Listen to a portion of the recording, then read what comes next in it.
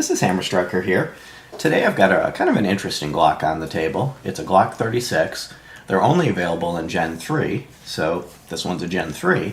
And what it is a single stack 45, and it holds 6+1. And typically with Glocks, they don't really require a lot of explanation of what it's for or why. It's kind of like asking why does a wrench set come in multiple different sizes.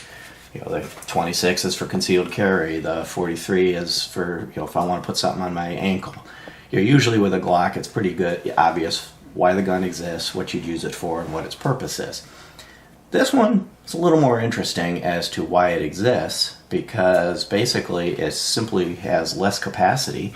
It only has 6 rounds in a single stack than a Glock 30, and it's still chambered in 45. The biggest advantage to this gun is prior to the existence of the 42s and 43s, Glock came in 2 basic frame sizes, a large frame and a small frame, or a standard frame. And the standard frame chambered 945, 357 SIG, 45 gap, and it had particular thickness, usually about 1.1 inches. And then the larger frame chambered 10 millimeter and 45, and they were about 1.28, 1.3 inches, somewhere in that territory. So they're a little bit thicker. Now with 45, the round itself is one of the longer rounds that you can chamber in a semi-automatic, because just the size of a human hand reaching around and grabbing hold of a grip, you can only have just so long of a round. You try to put a 454 Cazul in the grip of a gun, your fingers would be like this trying to hold on to the thing. So Glock had come out with the 45 AC, or the 45 gap, which kind of addressed that, but it never took off. People kind of considered it underpowered, and it really never got the footing that it needed. So what this does is it gives you a 45 ACP power, full-fledged 45 ACP, in a thinner grip. So let's talk about the dimensions of this. From front to back, it's 6.96 inches long. Top to bottom, it's 4.76, and with these, magazine extender mags, it kind of stands up a little bit longer than that.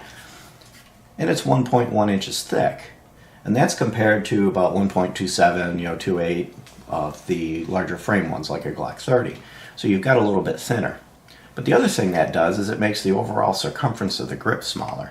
So if you have smaller hands, I get basically average size hands. They're a little bit muscular, so they tend to puff up when I close them. But I have average size hands, and I can comfortably grip this. If you have somebody that has smaller hands, on a regular 45, they might be doing something like this. And on this, they'd be able to actually get it all the way around there. To comfortably hold and control the gun, getting these 2 fingers on the side of it can be kind of important to getting that nice closed grip where you've got a hold of it. So what this gun brings is a little bit thinner grip, a little bit overall diameter difference so that you can more comfortably hold it, and also for concealed carry, it's a little bit thinner. Now this fits into their subcompact territory, so it's got the shorter grip. It's basically a 2-finger grip. When I put the magazine on there, it does have kind of a pinky extender, but it's not contoured or shaped into the grip. So unlike some of the other guns, like the XDM series is notable for it, where it actually contours nicely in. It's there, you can put your pinky on it and use it. The extra length of it gives it the ability for that last round. On the Glock 30, it holds 10+1. This holds 6+1. And you can get these for the Glock 30. You can get these flush mags, and they only hold 9. These are unicorns. They're really hard to find, but if you can get a hold of them, on a Glock 30 anyway, they're thinner. Of course, like all their other, the subcompact series, it has the beveled front for easier holstering, and they actually did bevel the frame. So, other than that, the feature set is the same as any other Glock. It has the standard Glock U-dot sights. Real easy to see, real bright, real easy to pick out. A lot of people don't like them for the fact that they're plastic, but as sights go, they're really easy to see and use. And if you don't like them, they're dovetailed at the backs, and the standard screw holds it down at the front. So any Glock sight will fit this. And like all the other larger frame subcompacts, it does have a single rail slot. Now that's different than the 26-27 subcompacts, which don't have a rail. The large frame subcompacts do have the rail, and this one, even though it's using basically what would be a smaller standard frame, does have the rail. So that's one thing, it's a little bit unique. Controls are the same, slide stop, slide release is fairly flush. magazine release on this side, but it is not reversible even though it's got the plate here. The Gen 3s don't have reversible magazine catches, and the magazine does not have a notch on the other side. So you cannot reverse the magazine catch on this gun. Another feature you lose is you lose the replaceable back straps. The only other difference that's from a significant standpoint is one of the nice things about Glocks. You can take a subcompact like a Glock 30 and you can put the compact or the full size, or if it has, you know, like a larger capacity magazine, or like in case of the 9mm, you can put a fun stick in it. On this one, you can put any Glock magazine you want in it as long as it's this one. There are no high capacity mags available, there are no extended mags, and of course the double stack mag won't fit. That's the whole difference here, is with the thinner slide they had to go to, or a thinner frame, they had to go to a single stack.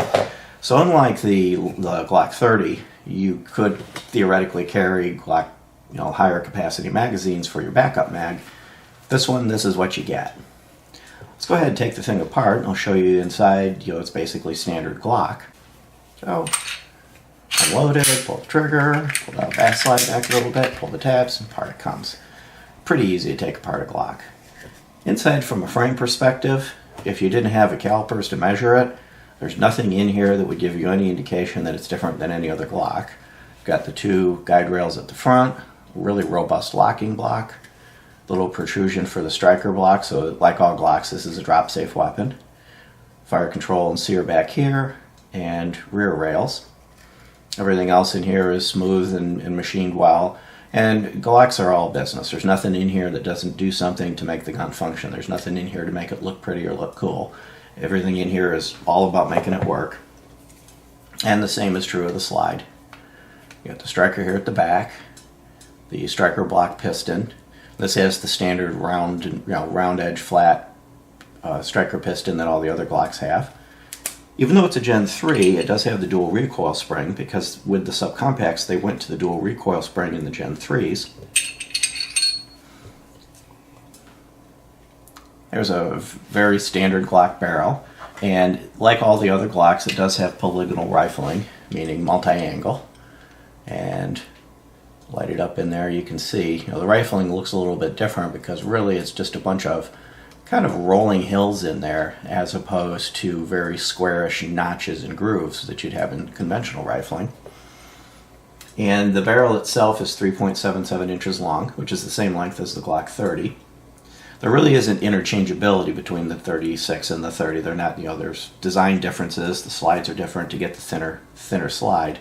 So there are differences where they're not interchangeable. But typical Glock, nothing fancy, just well machined, solid, and durable.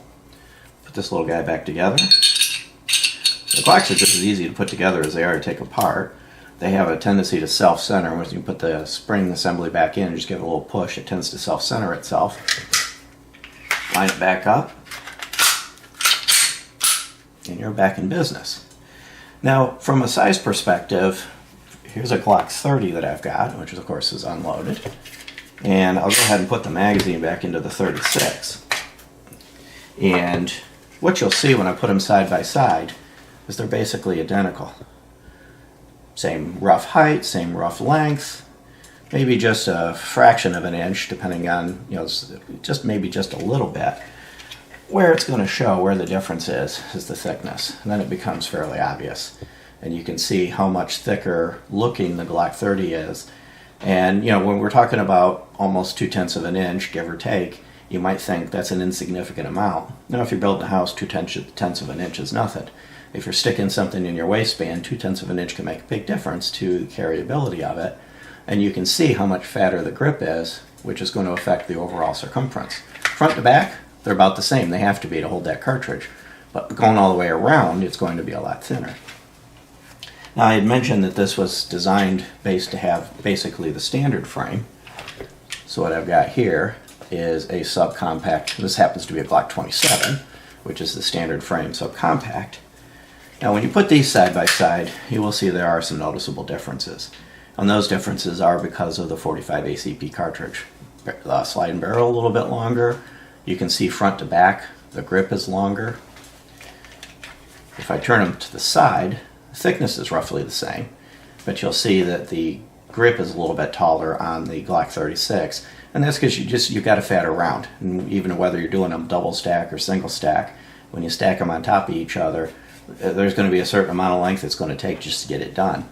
So to avoid going down to 5 rounds, or in the case of the Glock 30, probably dropping down, or 30, yeah, the 30, dropping down to 8 or so rounds, you've got that extra length to make room for enough capacity to make the gun worth it.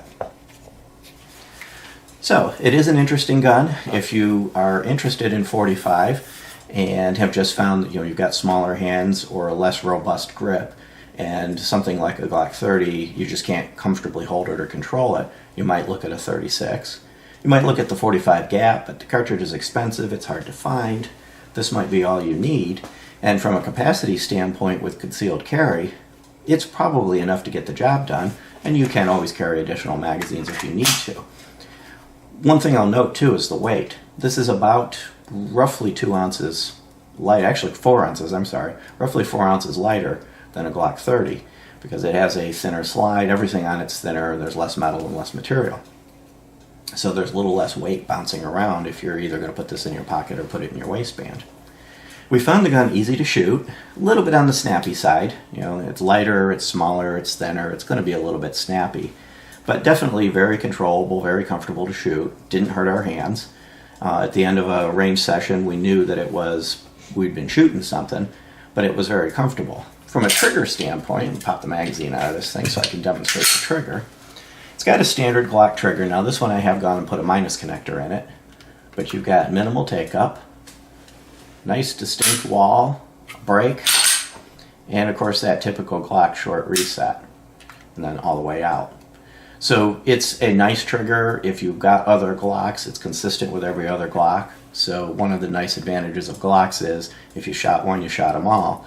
So if you had, let's say, a Glock 30 you were using regularly and then you carried this as a backup, or when you're dressed differently, the trigger's going to be the same. You're going to be able to comfortably shoot this and operate it just like you would your other one. Nice gun, interesting gun, kind of a very specific niche of where you would want this gun, but it definitely does have a purpose, and it's every bit as comfortable, reliable, and controllable as any other Glock. If you like our videos, please give us a thumbs up, share, subscribe, check us out on Facebook, and have a great day. Thank you.